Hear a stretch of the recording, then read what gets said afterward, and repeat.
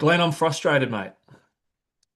Last week, I had a conversation with a prospective client and he got it. He understood how difficult sports sponsorship is. He's a sponsorship manager and he's frustrated because he can't seem to get through to the rest of his committee.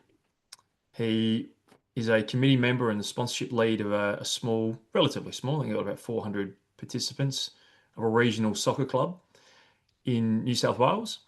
And I quote, he said, community sport is no longer community sport. It's a business, and the community need to understand it.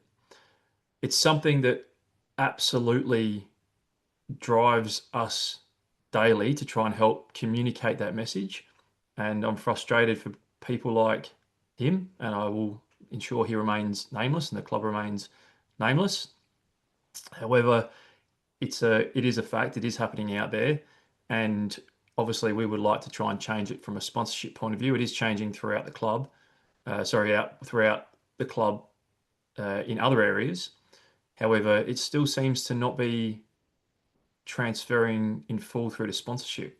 And I guess is there a reason for that? Is it just people aren't seeing that there's another option, or does it just take time? Yeah, it's a bit tricky, and isn't it? And we live in this space a fair bit where we're trying to help people with sponsorship. So you think, why are we doing that? We're trying to help them fund their facilities, their players, their coaches, and provide an injection into the club, ultimately to let them grow. Which, there's this challenge going on, I think, in clubs where you want to be a community club. You've always been a bunch of committee, bunch of families. We're here for our players and our group, and we're very insular. We're happy to do that. But the challenge nowadays is these sports groups and communities and clubs need to grow, and there's a lot more expectation. There's a lot more challenge around facilities and funding that needs to be provided, and so how to do that starts to butt up against the problem of a business mindset. And so we see it nearly daily where people understand that from a business perspective, you've got to spend money to make money, and invest in a space to be able to do that. But yeah, it kind of butts up against maybe a bit of the old philosophy, I think, of clubs. Yeah, it does. I mean, the reality is a small club, league, whatever it is, they're now complex revenue dependent operations, in my view. And I do think that does require a different style of leadership. I do think there are certain sports and certain clubs that do and have evolved to this already. Don't get me wrong. I don't think every single club or every single league is like this, but certainly it does require that business-minded leadership now. It's not a pastime just running a fun club and relying on volunteers. People need to be thinking about sustainability, long-term growth, and when it comes to sponsorship, how does that actually play out? Because we've said it on a couple of different occasions in different forums, but they are still dependent on the volunteer unfairly in my eyes. And this person I spoke to very much had that same view. And he sees lots of different sports clubs in his area, and he's a relatively senior person within that club, been around for a long time, and definitely gets it. And I hear the frustration every single day when we speak to people out there. So how do you Glenn? think, Andy, how do you think a club balances between that needing the business mindset, but keeping the community and the sort of foundations of the club and the all about the players? How do you balance that out? As in, how are they balancing it now, or how would you balance it in the future? How should you? Yeah, how should clubs approach this? Well, I don't think it's a great deal different to the way that a more professional club, a semi-pro or a professional club would operate, where especially the successful ones, where I feel like you need to understand fully what you're there for and build a strategy around how you're going to grow the club in order to drive your primary outcomes. So I I really don't think it's any more complex than that. And then it's about making decisions based on the outcome you're trying to drive. I feel like it comes unstuck when you have people within there saying, "This is the members' money. This is the members' money coming in. This is what we've got to be really sure that we're spending the members' monies in the right way." Well, the members want to improve. They don't want to be stuck either. The participants who are paying their fees for a volunteer committee to make decisions want to see growth. They want to win championships. They want to win premierships. They want to see the next superstar come through their ranks because they've got great coaches in place. Um, and funnily enough, I feel like the way that committees make decisions are based on probably the members talking about wanting to win premierships and those sort of things. And so they are making decisions on not spending money on sponsorship acquisition, for example, because they're thinking more about what happens on the field. And I think they've got to take a full 360-degree view of the club in order to hit their outcome fully. So they almost need to do an audit and go, well, where are we spending the money? And how can we get better outcomes in other areas if we spent a little bit more over there?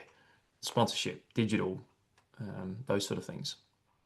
And really, I guess to flush that out a little bit more, the actual essence of the club you still keep through your culture and through your community and your families. So what we're talking about when we talk, it's not a dirty word in our mind when you talk about, making it more business-like. It's really putting that framework to be able to make decisions that says we want to grow this, we want to grow to a point where we are building our skills and our Mm. capabilities and we're reaching the outcomes by hitting the championships or the premierships. And so as we build over the years these business decisions are helping us get there, but you still look after your club and you still build your community and build your culture. Yeah, absolutely. But I think when it comes to the planning, the thinking around building the club and thinking about it from a 360-degree perspective, um, I do think that clubs do tend to think about sponsorship as a transaction that's almost like a favor, and it's almost like the volunteers doing everyone a favor by going out and finding those who can do them a favor. Um, I genuinely think you've got to start thinking about it in a different way, and this is where the business mindset comes into it. I do think you need to look at, how do we develop and deliver value for another partner of the club who is going to invest in us. So that there needs to be that mindset shift, because to do that and to reach those people that are outside of your network, you absolutely have to think like that. Um, so it does take time, but it does take people, and it does take people who have the skill set and the knowledge, and do this for their job. Mm. Mm.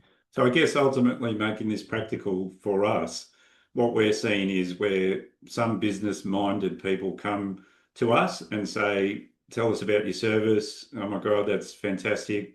That would help me immensely."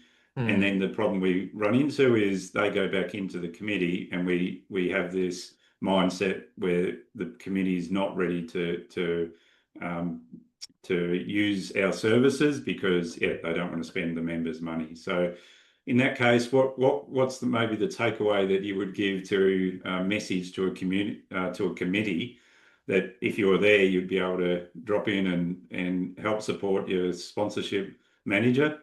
What's that sort of message that you'd love to leave with them?